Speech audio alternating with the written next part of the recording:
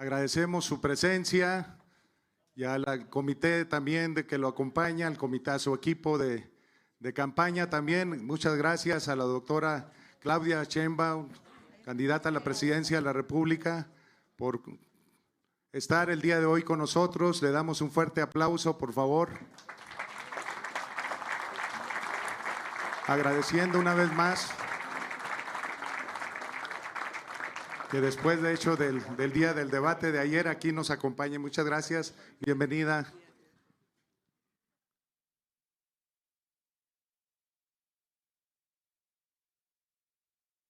Si pueden, por favor, pasar a tomar sus asientos.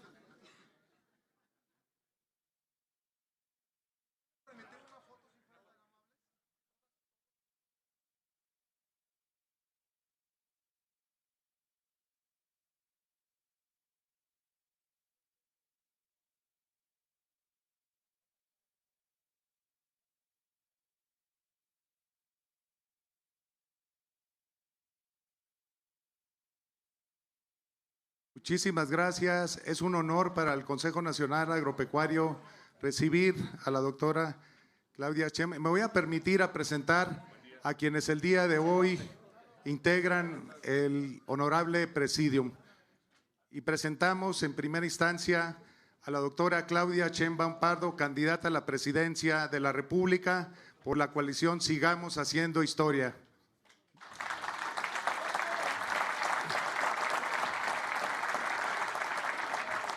Saludamos a nuestro presidente y anfitrión de este importante evento, al licenciado Juan Cortina Gallardo, presidente del Consejo Nacional Agropecuario.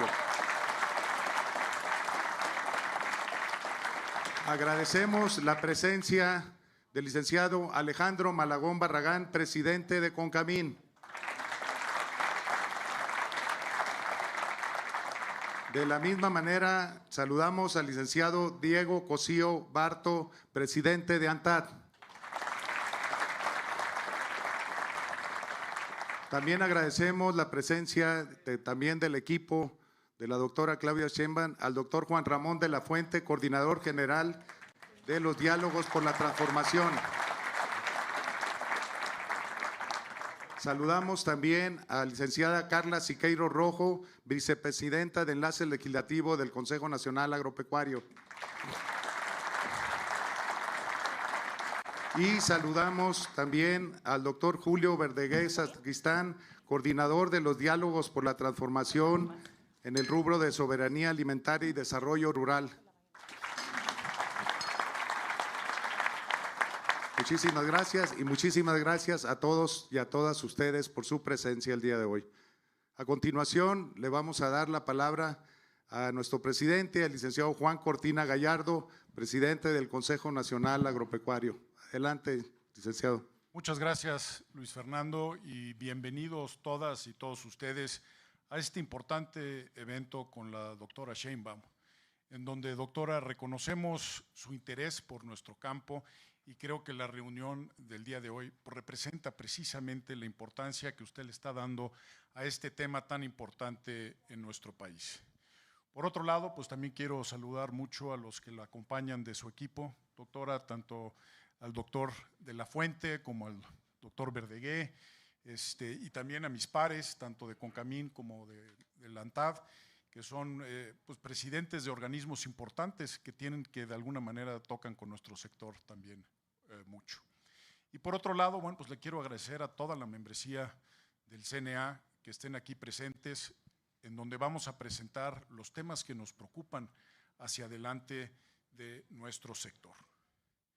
Estaba hoy en la mañana leyendo un dicho de Dwight Eisenhower que se me hizo muy puntual, porque desgraciadamente hoy en día muchas veces la gente no conoce, doctora, todo el trabajo que significa la producción de alimentos, no nada más en México, sino en todo el mundo. El expresidente de Estados Unidos en un momento mencionó que la agricultura se ve fácil cuando el arado es un lápiz y se está a 1000 millas del campo de maíz. Esa es una realidad y yo creo que hoy en día, y va a ser parte de mis comentarios, la importancia que tiene nuestro campo para nuestro país. En los últimos 30 años se ha venido transformando de una manera muy importante y profunda el campo en México. Y ha sido el fruto del trabajo de cientos de miles de mexicanos que están representados por muchos de los que están aquí hoy en la mañana, doctora. Y en el Consejo Nacional Agropecuario nos sentimos con una enorme responsabilidad de trabajo en equipo para seguir fortaleciendo nuestro campo en México por los años que vienen. Sin embargo, creo que es importante que reconozcamos hoy en día dos temas muy importantes. El primero es que estamos en un mundo muy cambiante, doctora. No nada más desde el punto de vista de geopolítica, en donde pareciera que estamos saliendo de la globalización otra vez a bloques entre países, sino también ha habido guerras que han venido a afectar todo el mundo, tuvimos la pandemia, ni se diga todo el tema del cambio climático y lo que eso impacta, y más que nunca la importancia de la sustentabilidad. Si usted platica en diferentes países, como me ha tocado hacerlo, la seguridad alimentaria se ha vuelto un tema de seguridad nacional, por este mundo tan cambiante en el que estamos. Gracias a Dios, en México tenemos ventajas de geografía y de clima que vamos a tener que seguir aprovechando hacia adelante y que hacen que nuestro campo siga siendo exitoso hacia adelante si hacemos la tarea. Tenemos un vecindario envidiable, condiciones propicias de geografía y clima que nos hacen productores naturales de muchos productos, inclusive, doctora, que tienen un mayor valor por hectárea. Además, estamos en un bloque en donde tenemos 3 países que somos muy complementarios en sus producciones y que hoy en día, sin lugar a dudas, desde mi particular punto de vista, nos hacen la región con la mayor seguridad alimentaria del mundo. Hoy, nuestro campo alimenta a 130 millones de mexicanos a precios accesibles. Una cuarta parte de la población de México, de manera directa o indirecta, está en actividades del sector agroalimentario. Todas las zonas rurales de nuestro país son tocadas por nuestro sector y tocadas de una manera positiva, dando bienestar. Y ni se diga el tema que hoy en día nuestro sector es un importante generador de divisas para el país, en donde hoy generamos más ingresos que el petróleo o que el turismo mismo.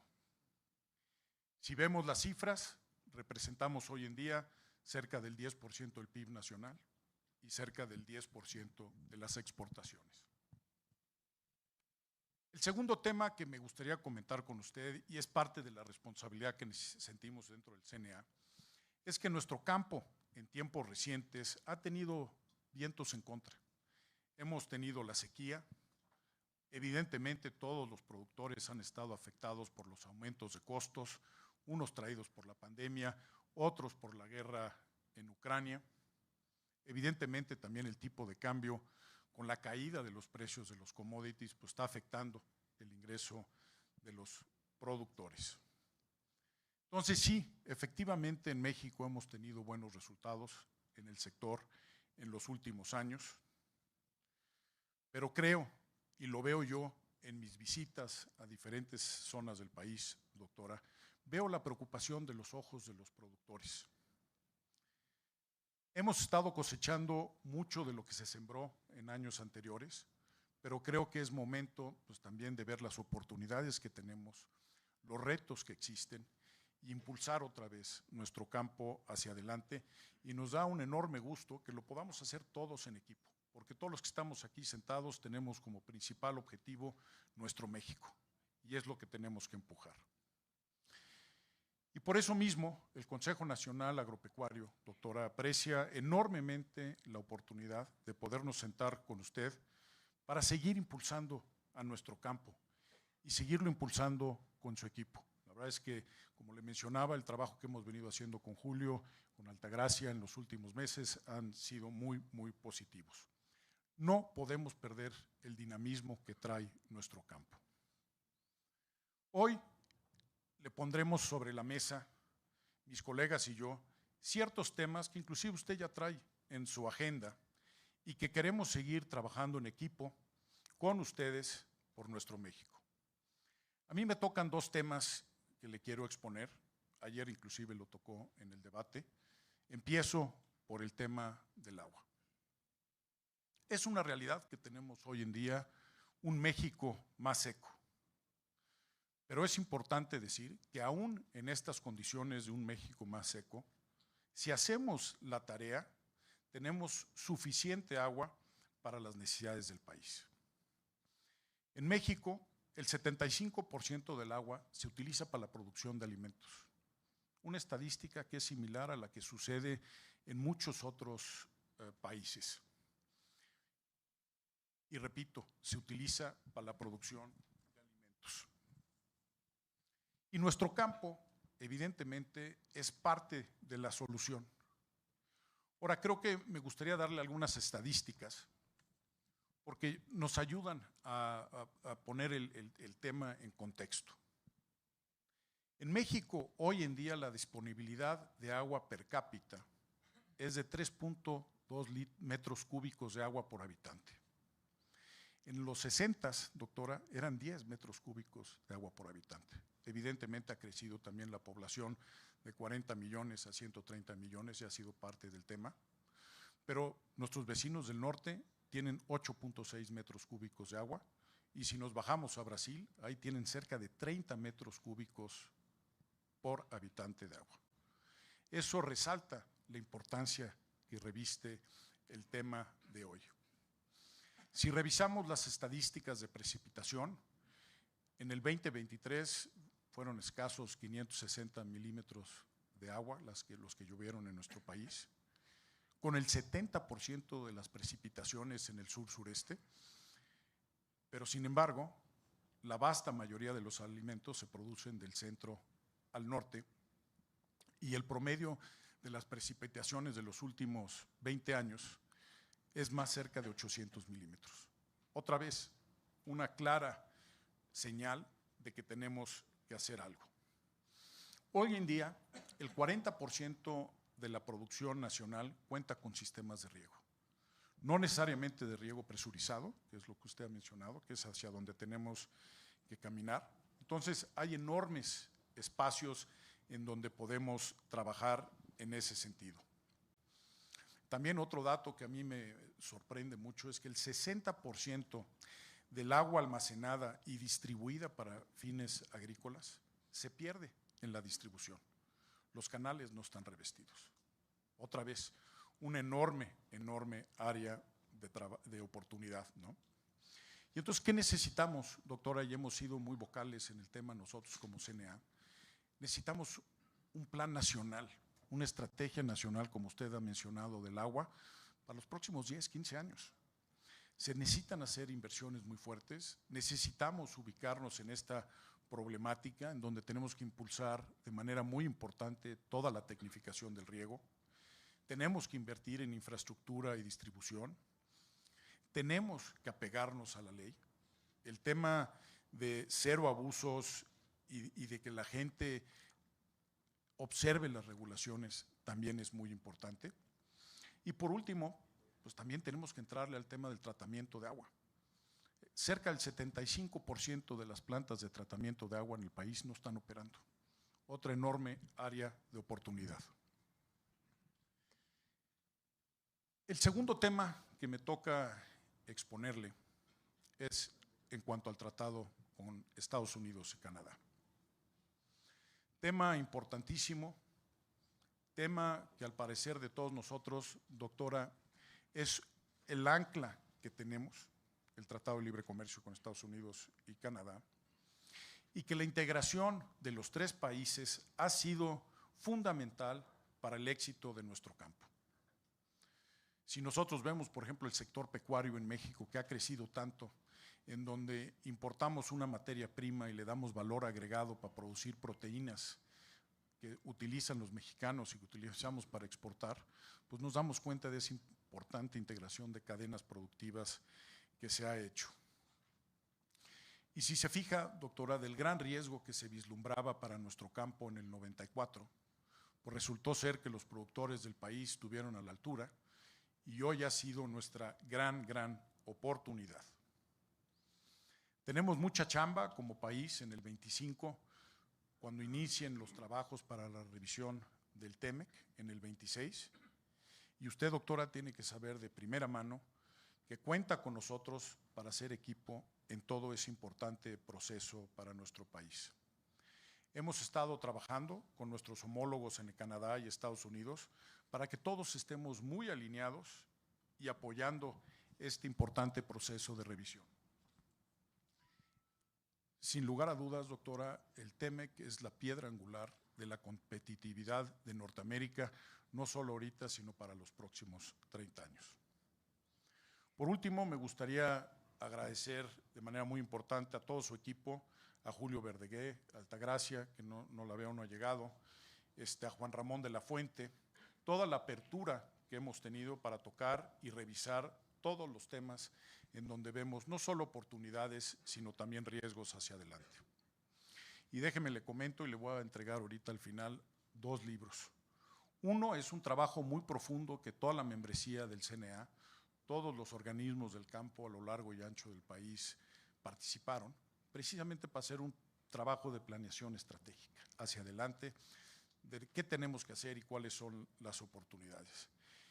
Y por otro lado, un libro que también hicimos con mucho orgullo de la transformación que ha tenido nuestro campo en los últimos 30 años, para que lo ponga ahí en su sala y se acuerde de nosotros siempre.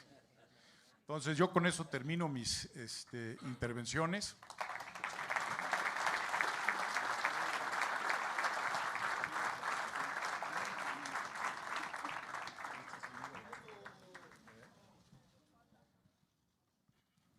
Es el libro de nuestro campo que todos ustedes conocen y esta es la visión de futuro, un trabajo muy profundo que se realizó y de manera muy oportuna para que ahorita podamos revisar qué ha funcionado, qué no ha funcionado y podamos trabajar juntos, doctora.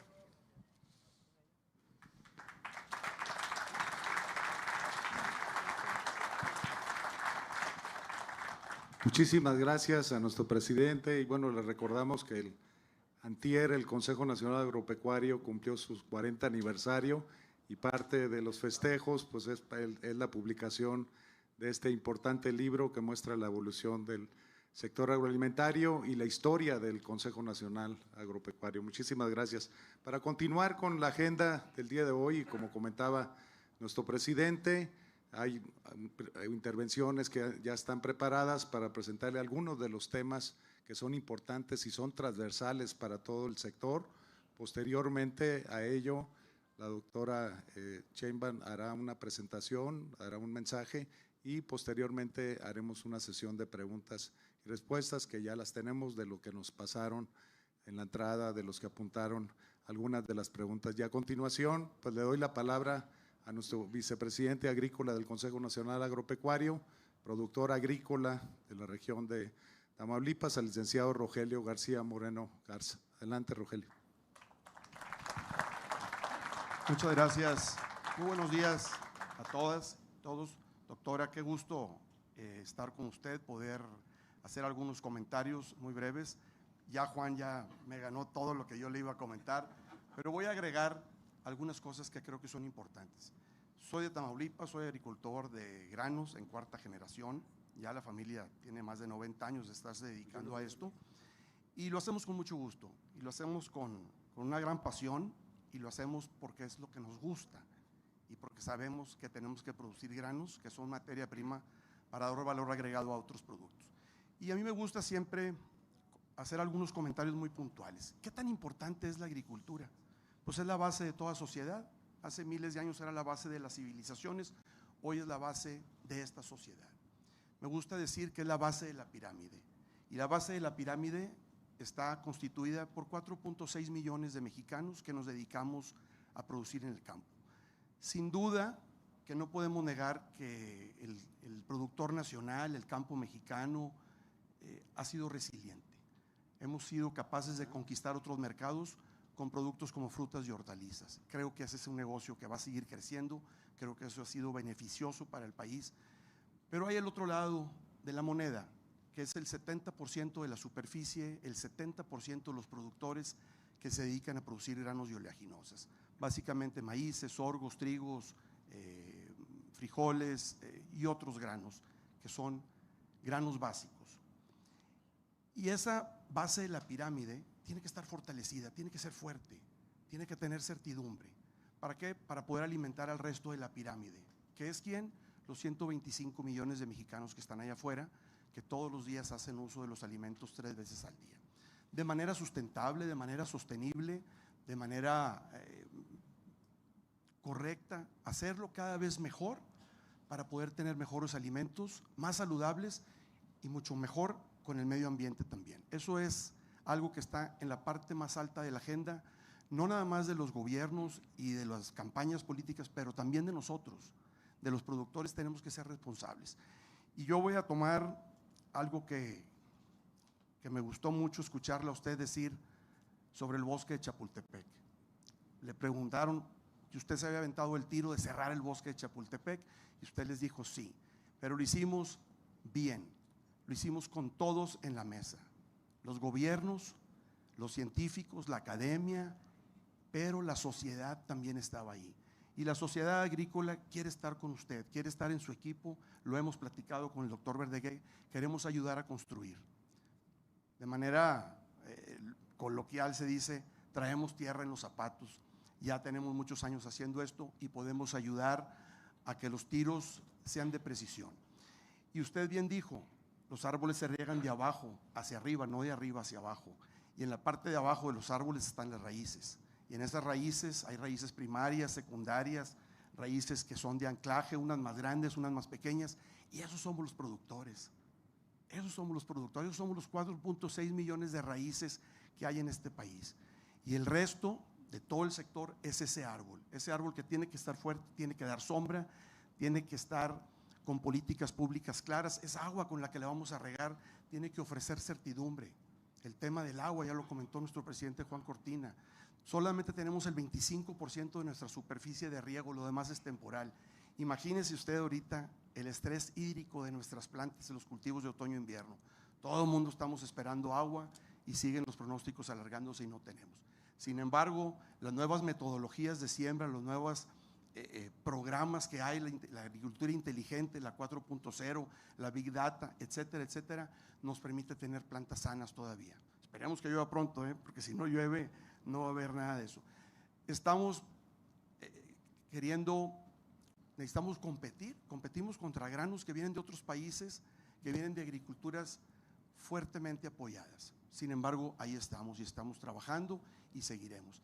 Ese es el sentir del sector agrícola de este país. Sentarnos con usted cuando llegue la presidencia, construir sin hacer grandes los temas, tiros de precisión. ¿Dónde vamos a invertir el dinero? Que sean incluyentes las políticas públicas, que sean para todos, que sean medibles, pero que sean buenas para el futuro del campo. Entonces, doctora, muchas gracias, mucha suerte en este camino en el que anda usted.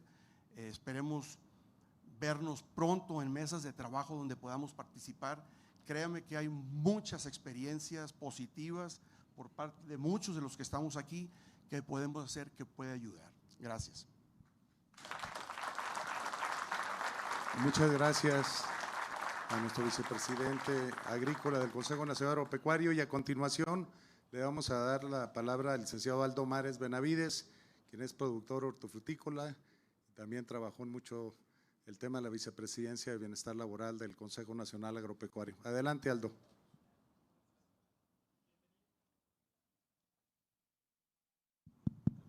Bienvenida, doctora Sheinbaum y equipo. Muchas gracias por acompañarnos el día de hoy aquí en CNA. Mi nombre es Aldo Mares y soy productor hortofrutícola del estado de Jalisco. Sin duda, México se ha convertido en una potencia agroalimentaria, pero también hortofrutícola.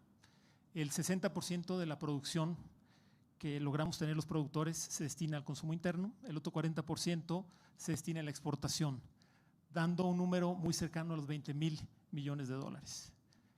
El 70% de la superficie hortofrutícola está manejada o estructurada por productores que tienen tamaño de 10 hectáreas o menos, lo que quiere decir que decenas de miles de pequeños y medianos productores han logrado su sustento a través de este gran sector.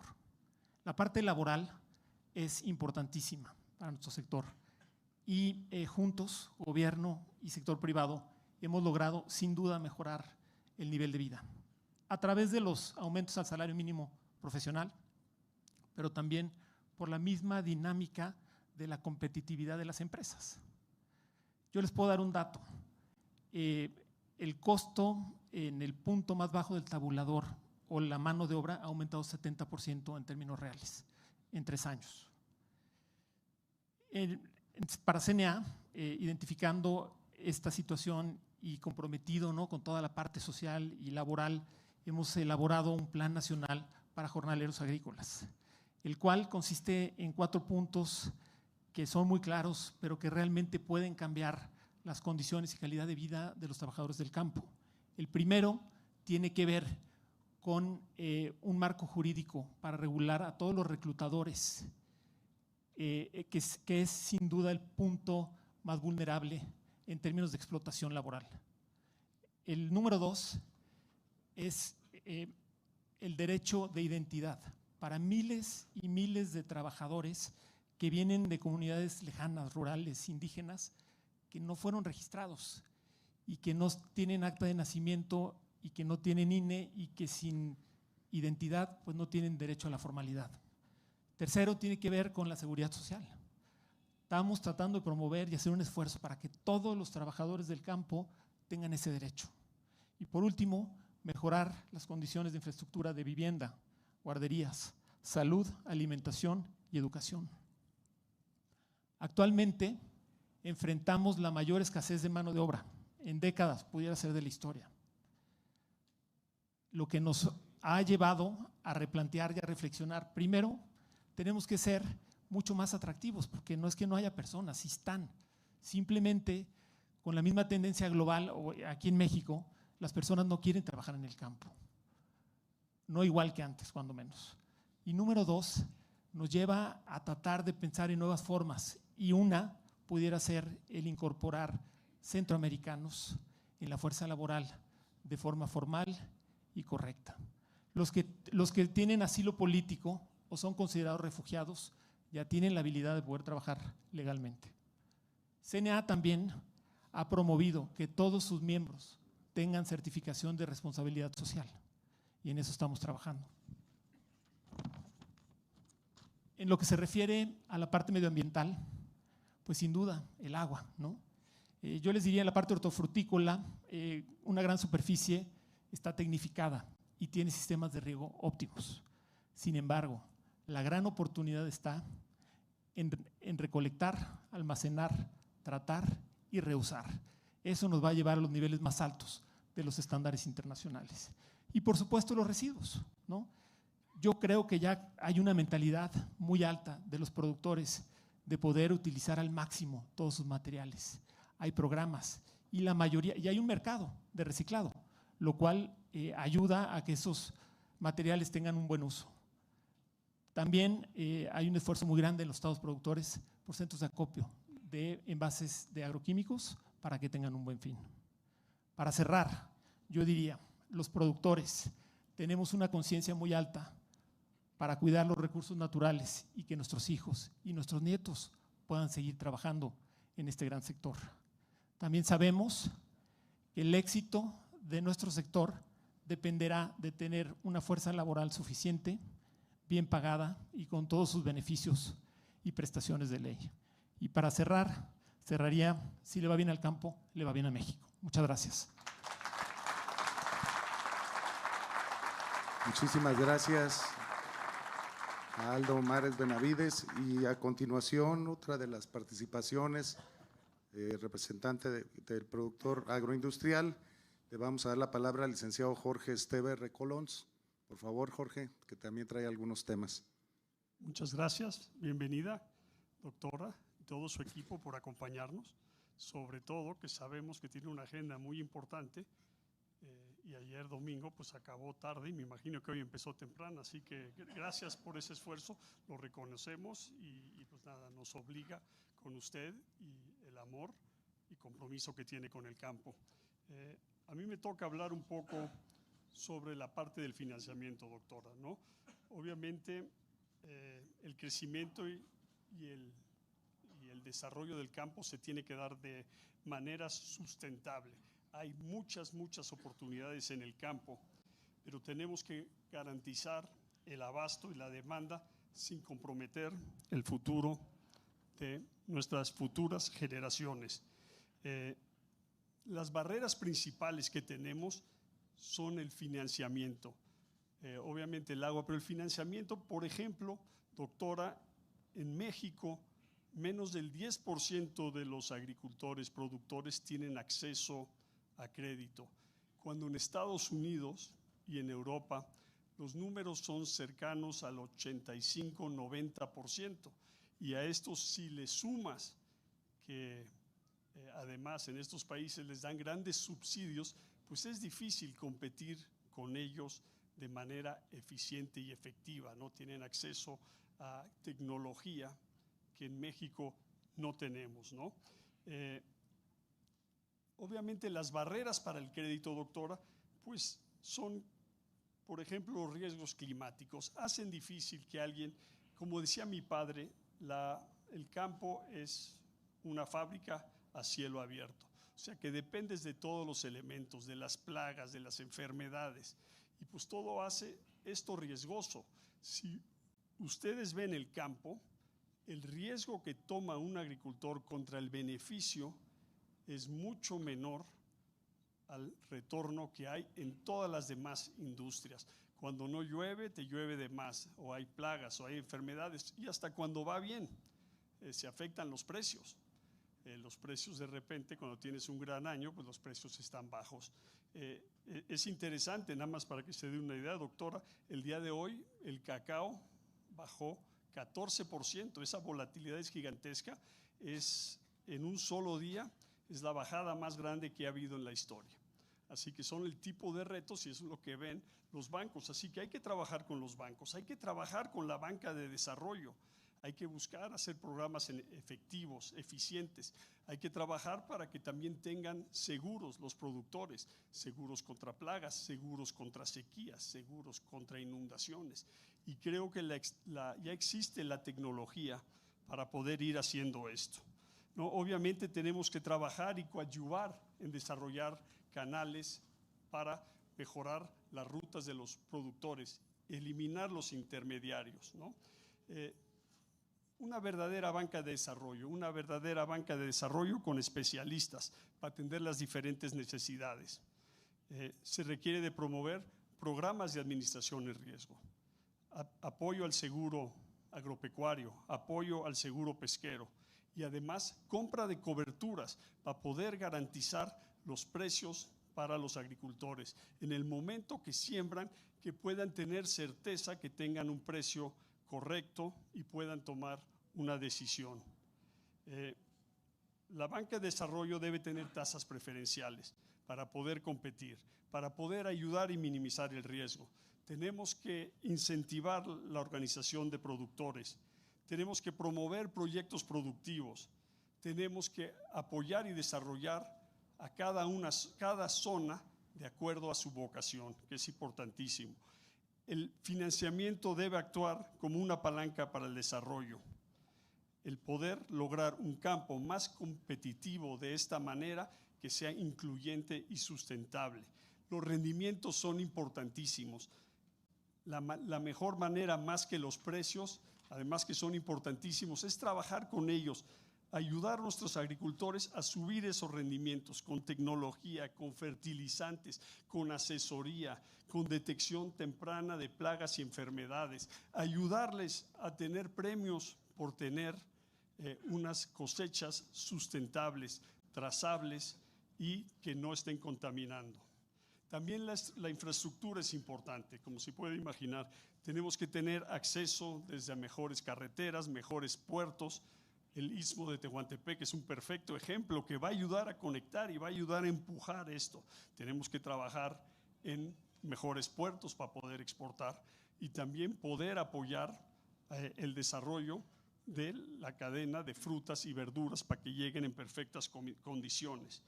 Yo creo que podría hablar mucho y me da un poco de miedo que está siendo muy larga mi presentación, pero me gustaría pasar a la última parte, ¿no? Y es Senacica.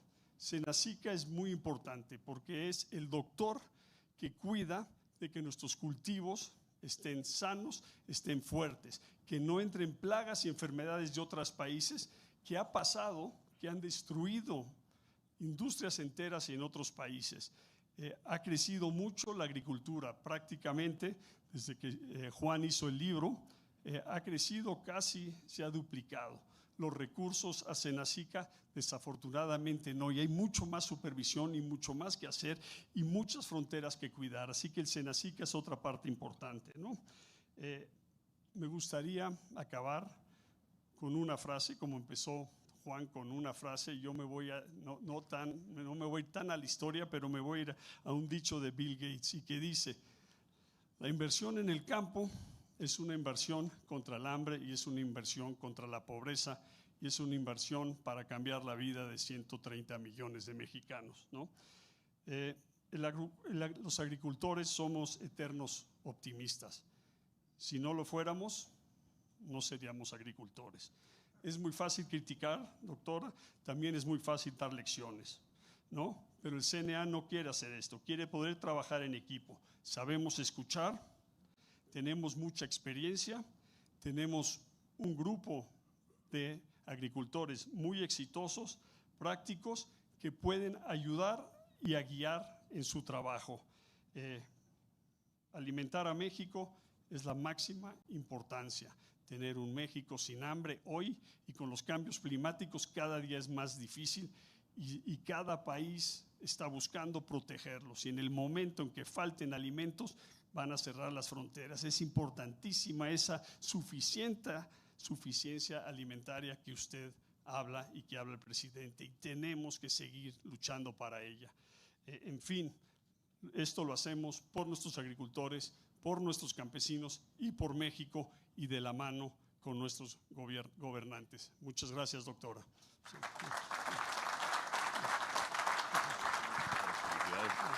Agradecemos las palabras de Jorge Esteve y a continuación vamos a escuchar un mensaje que todos queremos y estamos ansiosos también de escucharla, de la doctora Claudia Sheinbaum Pardo, candidata a la presidencia de la República. Adelante, doctora. Muy buenos días a todos, a todas. Gracias por la invitación. En esta ocasión vamos a presentar un poco distinto el programa que tenemos. ¿Por qué razón? Porque ya hemos estado trabajando juntos. No es como en otros sectores en donde apenas inicia un proceso de encuentro para desarrollar un programa. En este caso en particular el doctor Julio Verdeguer ha estado trabajando con ustedes, pero también ha estado trabajando con cooperativas de producción, también ha estado trabajando con ejidatarios, también ha estado trabajando con campesinos de distintos lugares del país, y eso nos ha permitido generar una propuesta integral. Entonces ahora vamos a hacer la presentación a la limón. Yo voy a dar una serie de elementos y si me lo permiten le voy a pedir al doctor Julio Verdeguer que justamente esto que se ha estado trabajando con ustedes se pueda presentar en esta vasta propuesta que hemos desarrollado ya y que por supuesto tenemos que seguir trabajando juntos. Yo quisiera, antes de pasarle el micrófono al doctor Verdeguer, que además ustedes conocen, es un experto en estos temas, tiene, además de haber sido representante de FAO para América Latina durante muchos años, tiene esta virtud de poder hablar desde el agricultor de exportación hasta el pequeño productor rural de autoconsumo. Entonces eso nos permite generar una política que desde la primera vez que nos vimos, cuando estaba en la jefatura de gobierno, lo planteé. Nuestro país es diverso y nuestro campo es diverso.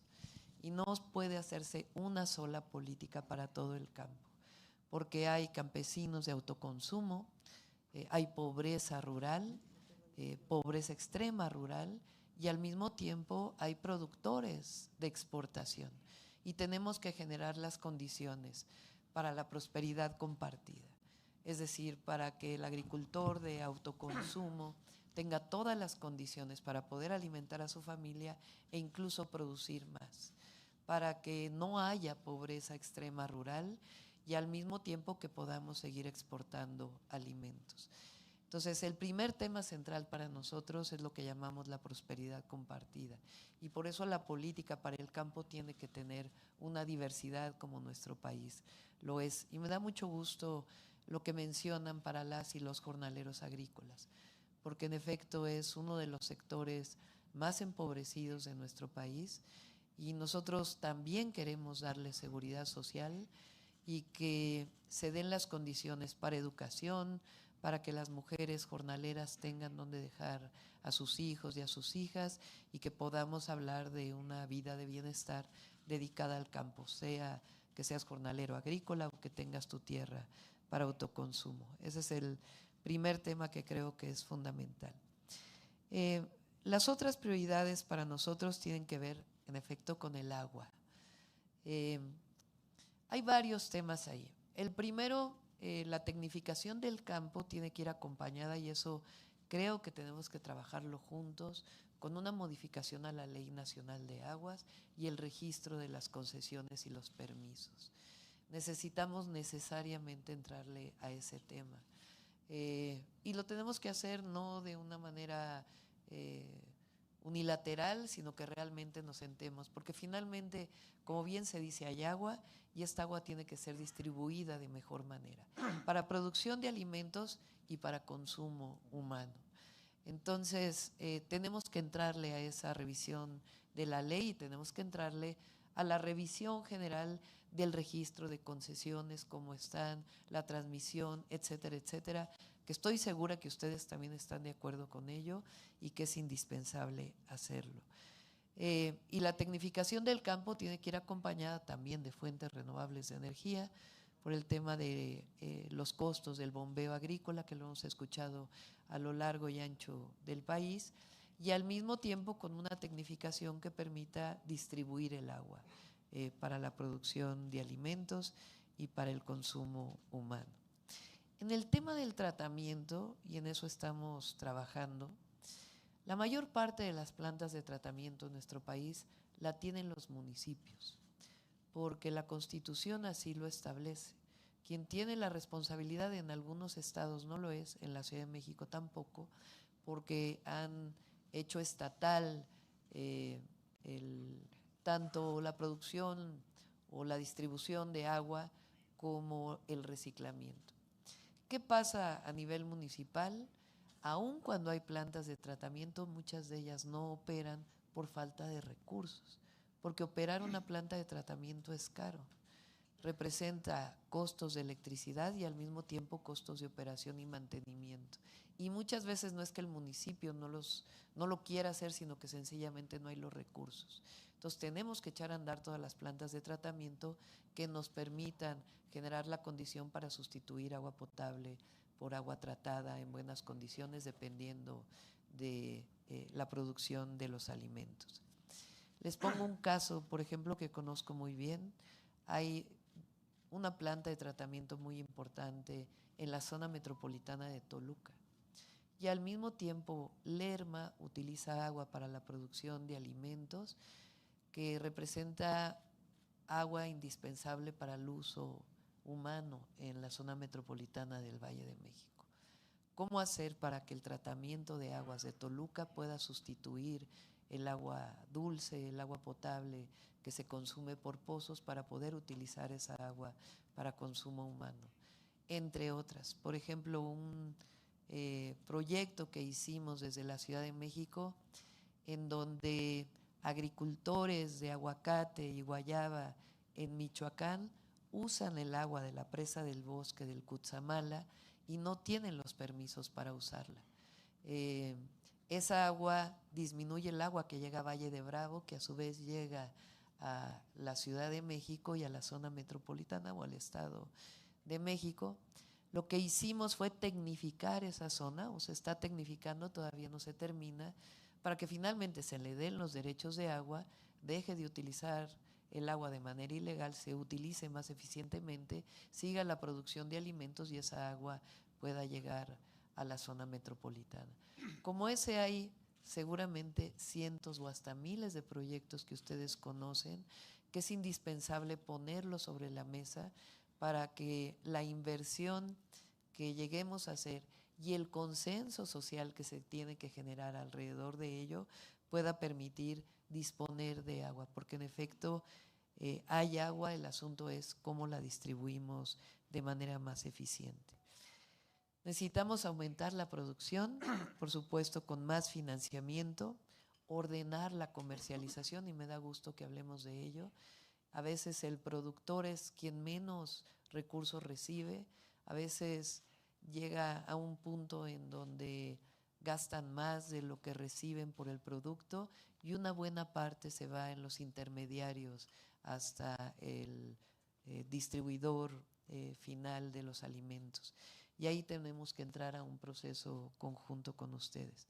Evidentemente la sanidad vegetal y la salud animal y por supuesto en este marco que hoy tenemos de cambio climático, en donde hay una sequía que no sabemos cuándo va a terminar, porque pronosticar el cambio climático o la meteorología asociada al cambio climático es algo que los científicos no han podido determinar todavía, y nosotros tenemos que pensar que los años siguientes van a ser de sequía para poder trabajar bajo las condiciones de mayor vulnerabilidad que nos permitan cierta resiliencia frente a años que puedan ser de lluvia.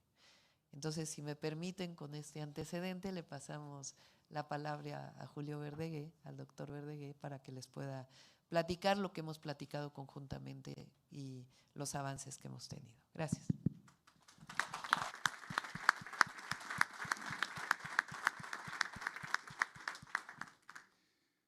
Muchas gracias, doctora. Si pueden poner la presentación, por favor. Ya está. Como ha dicho varios de ustedes y también la doctora, esta es una propuesta, bases de un futuro programa de gobierno, que ha sido construida a través de un proceso muy, muy grande de diálogo.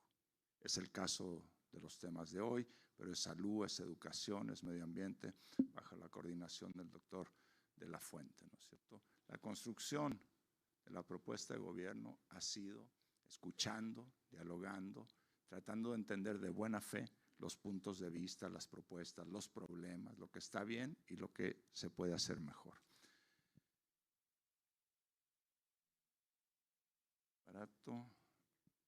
Ahí está. Ya lo mencionó la doctora, 3 grandes áreas de prioridad: bienestar, agua y producción. Antes de entrar al tema, es muy importante, siempre hablamos de la política del campo, pero a mí me interesa resaltar que tenemos que no olvidarnos de la pesca, de la acuacultura, y también entender que hoy día alimentos es mucho más que la producción primaria, que es agroindustria, que son mercados mayoristas, que es comercio, que es transporte, que es logística. Y esto es importante no solo por un tema conceptual, sino porque si solo miramos la producción primaria estamos hablando de 3.4% del PIB. Pero si vemos la cadena es casi 4 veces más, 12%. Y en empleo, si vemos toda la cadena, 23% de todo el empleo de México está involucrado en la producción, transporte, comercialización, etcétera, hasta los hogares de los mexicanos. Entonces tenemos que pensar de esta manera. Y como lo ha dicho la doctora, además hay que pensar regionalmente, porque estos sistemas agroalimentarios son muy diversos. Entonces, cuando hable campo, etcétera, por favor, incluye pesca, incluye acuacultura, incluye agroindustria.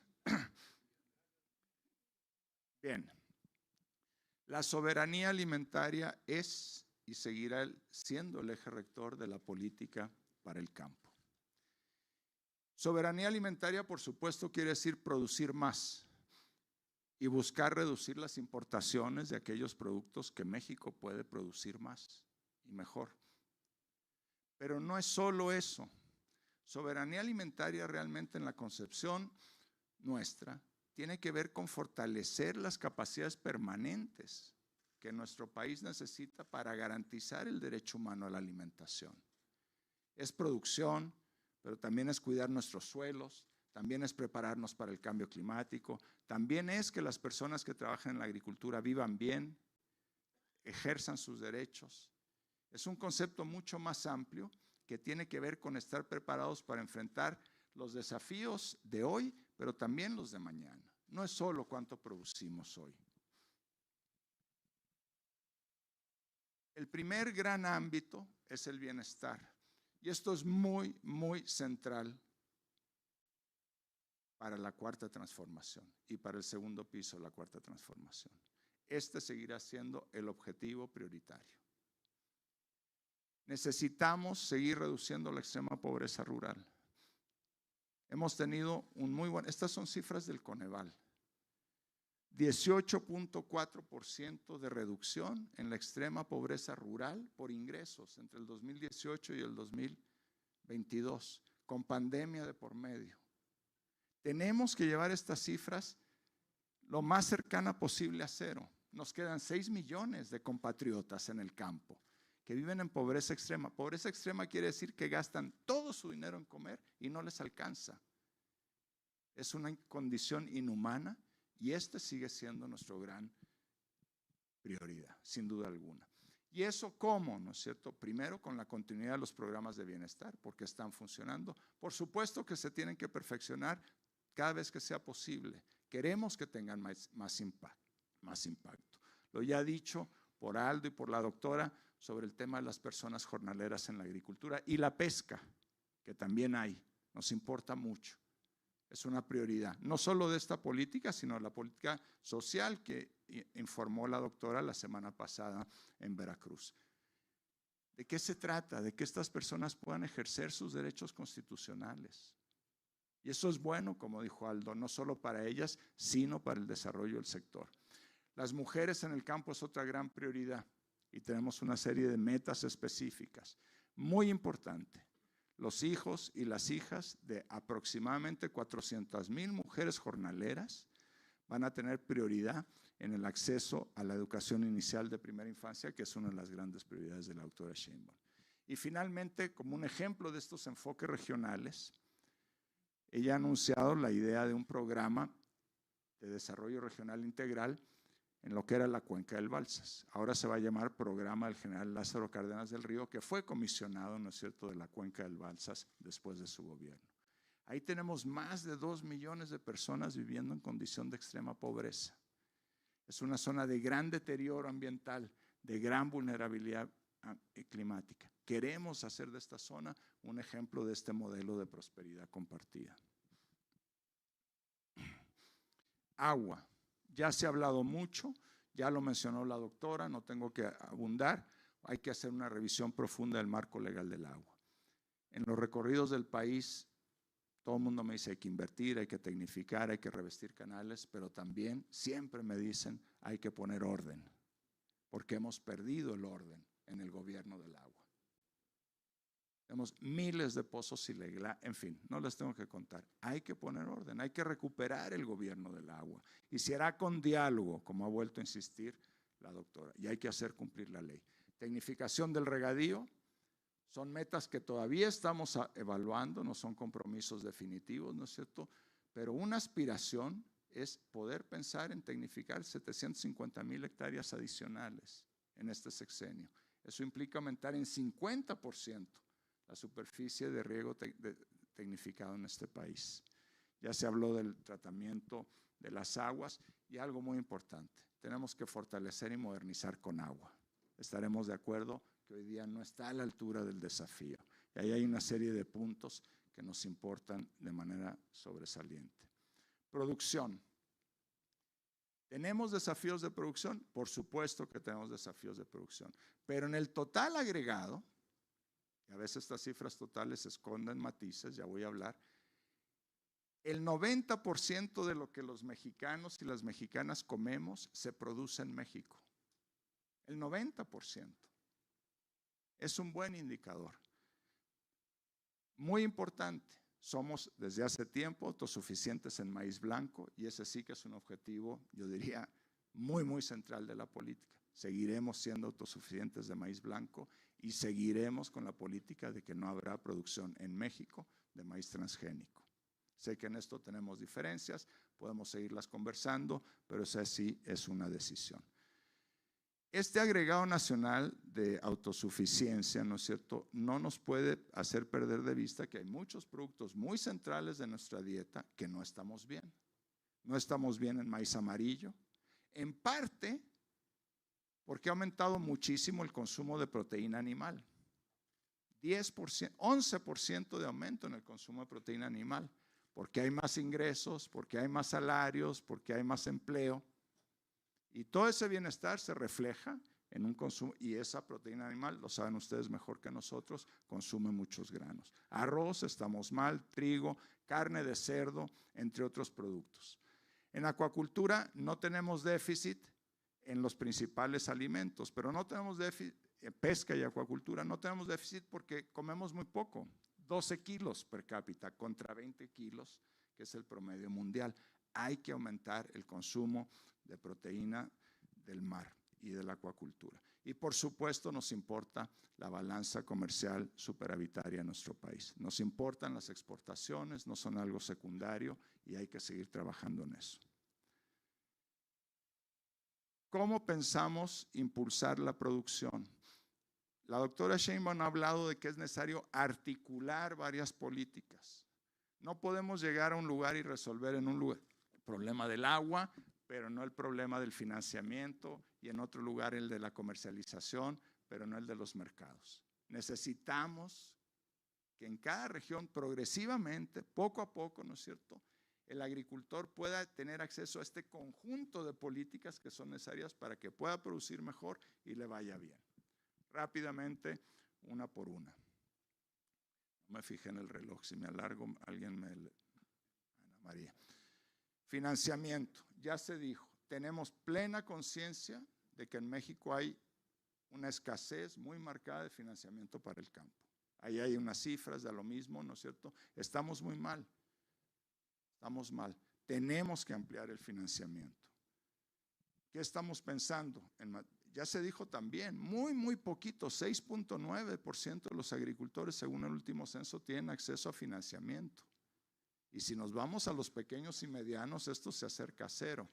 Y en seguros, 1.9%. Y en la época del cambio climático, financiamientos inseguros, pues es jugar a la ruleta rusa. ¿Qué estamos pensando, no es cierto? Primero, contamos con un instrumento hoy en día que es el FIRA. Y hay que sacarle todo el jugo posible al FIRA. Esto implica pensar en qué volumen de recursos, ¿no es cierto?, puede aumentar el FIRA. El FIRA se puede fondear en los mercados, no es un problema del presupuesto de egresos de la Federación. Pero aunque esté en los recursos, ¿no es cierto?, ese dinero no va a llegar sobre todo a los pequeños y medianos productores, pescadores, acuacultores, si no hacemos un conjunto de otras cosas, ¿no es cierto? Primero, la red de intermediarios bancarios y no bancarios, dispersores, etcétera. Todos estos organismos, ¿no es cierto?, que son los que llegan a donde están los productores en las distintas regiones. El FIRA tiene una red, pero tenemos que fortalecer esa red. Tenemos que captar aquí a operadores que hoy día no están y que sí están en lugares muy pobres que nos interesa llegar. Uniones de ahorro y crédito, cooperativas de ahorro y crédito. Hay que incorporarlas a este sistema para poder llegar a zonas donde hoy día el crédito no se está llegando. Y en segundo, ahí sí tenemos que hacer disponibles, ¿no es cierto?, recursos para que este crédito pues sea atractivo para el productor. Fondos de garantía, indispensable para que los intermediarios financieros se animen a invertir porque es un sector súper riesgoso. Si no hay esto, pues no se acercan. Tenemos que ver cómo moderar la tasa. Y aquí estamos hablando de pequeños y medianos productores. No va a haber subsidios a la tasa para los grandes productores. Seguros agrícolas, seguros de mercado, ¿no es cierto? Todo esto hoy día es indispensable. Y finalmente, asistencia técnica para integrar buenos proyectos, porque México tiene una triste historia de mal crédito agropecuario. Y queremos que si hacemos algo, ¿no es cierto?, sea buen crédito, con buenos proyectos que le permita a la gente salir adelante y devolver el dinero. Mercados y precios, ya se mencionó muy rápido, acuerdos directos entre productores y mercados para reducir aquella intermediación que no agrega valor. Y aquí hay mucho que mejorar. Se requieren instrumentos de nuevo tipo para facilitar esta relación, ya se han mencionado. Precios de garantía, se mantendrá la política de precios de garantía, pero enfocada en pequeños productores de granos básicos y café. Liconza nos importa mucho. Seguirá sectorizada en agricultura y así como ha aumentado en este sexenio la compra de leche nacional, esperamos que esa siga una tendencia que pueda aumentarse. Modernización de las centrales de abasto. El otro día nos reuníamos con los dirigentes de las centrales de abasto. Nos dicen 75% de los alimentos que llegan a nuestras mesas pasan por ahí. Y muchas de ellas están muy deterioradas, son de los años 80.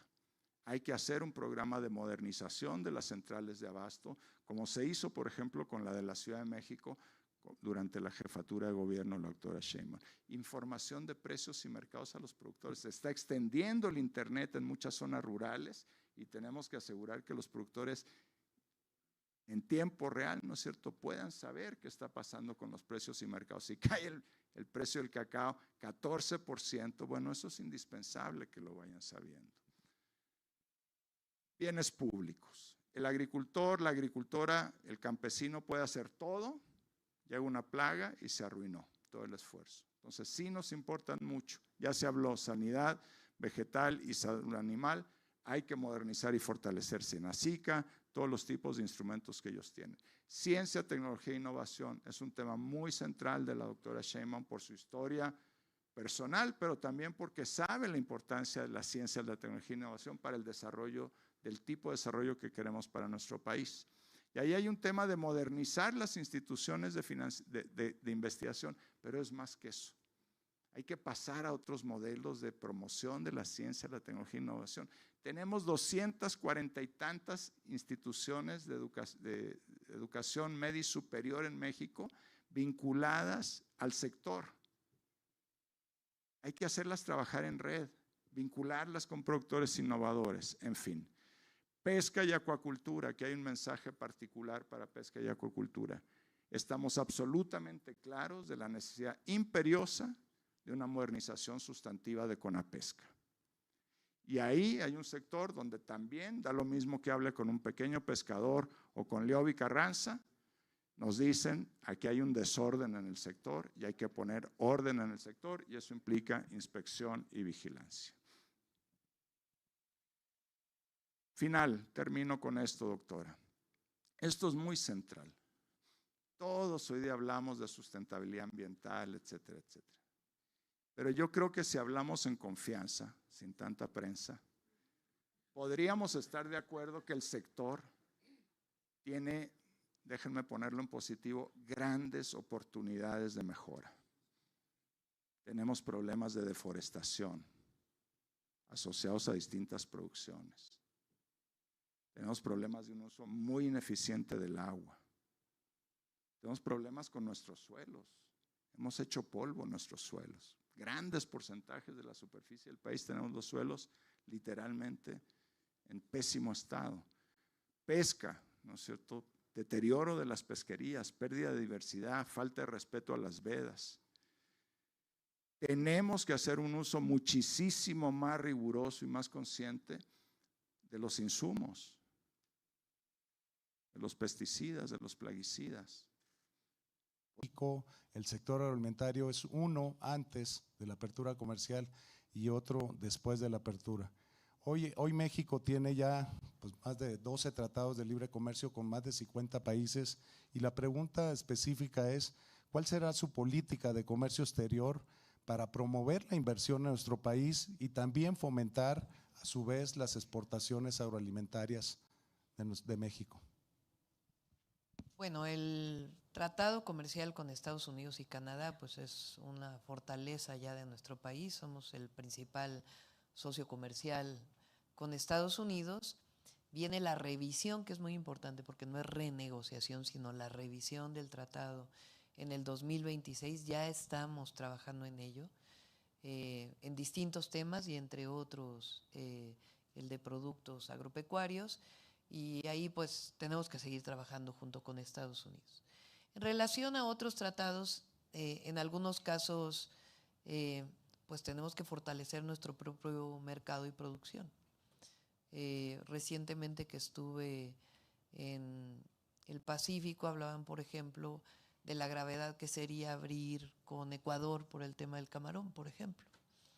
Entonces no es trivial pues decir, bueno, que se abra a todos lados el comercio, y ustedes saben lo que significa esto para la producción nacional y lo que significa en términos de empleos y en términos de la producción agrícola. Entonces hay que revisar cada uno de los productos, cada uno de las ventajas comparativas que tenemos, proteger nuestra producción y al mismo tiempo tener las puertas abiertas al mercado. Y eso se tiene que ver pues con cada uno de los países donde tenemos tratado. Y particularmente pues fortalecer el tratado con Estados Unidos y Canadá, que ya es una fortaleza para nuestro país y en general para toda América del Norte. Muchas gracias, doctora. Tenemos otra pregunta y creo que es un tema de preocupación y que sabemos que también está dentro de su proyecto y de su agenda. Dice, uno de los temas de mayor preocupación en el sector es el tema de la inseguridad. El tema de los delitos de extorsión, de cobro de piso, robo de mercancías, están afectando la competitividad de las empresas. Y aquí, ¿cuál es la propuesta para que en las zonas de producción podamos combatir y mitigar este grave problema? Primero hay que catalogar la extorsión como delito grave, que no lo es. Y es indispensable que esto quede en el Código Penal Federal y en los códigos penales estatales. Cuando se hizo eso con el secuestro dio resultados. Y en el caso de la extorsión es indispensable catalogarlo de esa manera, lo primero. Lo segundo, lo hicimos en la Ciudad de México, tenemos que fortalecer la investigación y la inteligencia. Muchas veces un productor no denuncia la extorsión por temor, y es natural si está amenazado. Entonces tenemos que dar las condiciones para que no tenga que ser el productor quien denuncie directamente a la fiscalía o el comercializador, sino que sea a través de un tercero como la Guardia Nacional, por ejemplo, que desarrolle las capacidades de inteligencia e investigación para saber quiénes son los que cometen el delito y poder desintegrar estas bandas delincuenciales. Y por otro lado, pues tenemos una estrategia para la seguridad en nuestro país que tiene que ver con dos ejes centrales, aunque es mucho más amplia, que es la atención a las causas. Tenemos que seguir trabajando con las y los jóvenes para evitar que se vinculen a una banda delincuencial.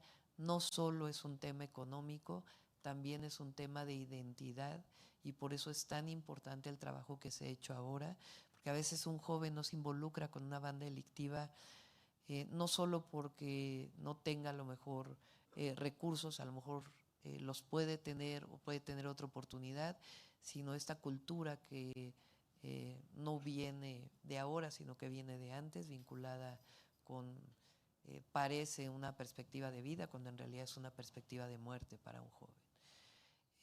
Y estamos trabajando en ello, no solo Jóvenes Construyendo el Futuro, sino en la ciudad desarrollamos un programa que se llama, por ejemplo, Jóvenes Unen al Barrio, le vamos a llamar Jóvenes Unen a México.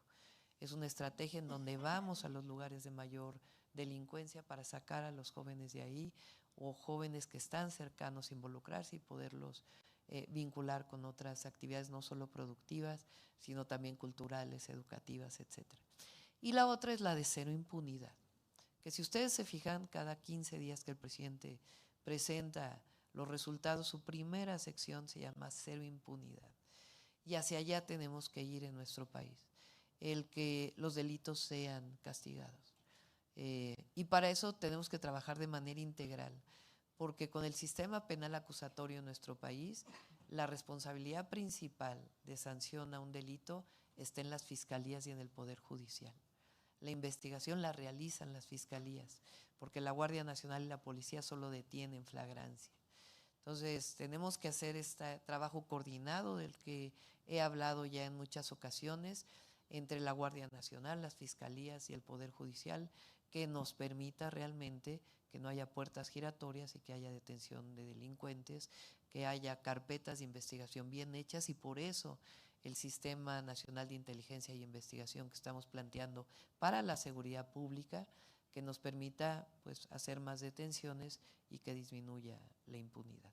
Entonces estamos con ese proyecto y estoy convencida que cuando lleguemos, porque vamos a llegar, vamos a disminuir la extorsión y otros delitos del fuero común y delitos federales.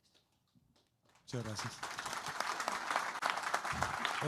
Parte del libro que le hizo entrega nuestro presidente de La Visión de Futuro, pues hemos estado trabajando también con el doctor Julio Verdaguer, con Alfonso Ramírez Cuellar, que también aquí nos acompaña, y creo que la propuesta principal, doctora, es un tema de estar sentados en la mesa, en la toma de decisiones para ver qué es lo mejor, qué le conviene más al sector y qué le conviene más a México. Entonces, llegando a la presidencia de la República, queremos como propuesta que plantearle el poder estar sentados en la mesa donde se toman las decisiones, donde podamos contribuir para un mejor México y un mejor sector agroalimentario mexicano. Le voy a dar la palabra a nuestro presidente para que concluya con esta reunión. Muchísimas gracias, doctor. Adelante, presidente.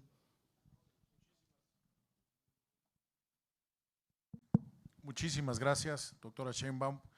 Una gran muestra de lo que le está usted aquilatando a nuestro sector en importancia hacia adelante, y cuenta con el Consejo Nacional Agropecuario y todos los organismos agrícolas del país para que juntos construyamos un mejor México hacia adelante. Muchas gracias por estar con nosotros.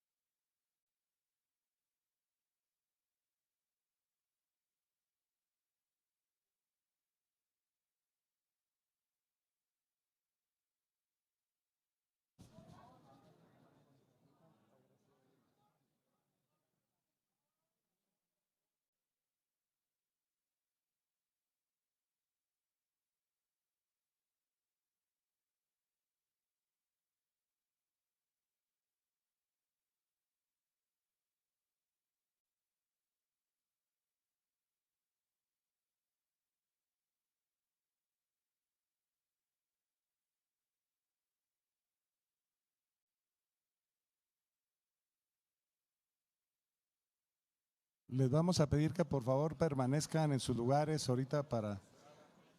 vamos a hacer un break porque vamos a hacer todo un cambio de montaje para posteriormente continuar. Alrededor de 40 minutos vamos a estar en la parte de afuera y poder continuar con la comida y con algo de la reunión del Consejo Nacional Agropecuario, aprovechando su presencia el día de hoy aquí. Muchas gracias. Alfonso, muchas gracias. Gracias.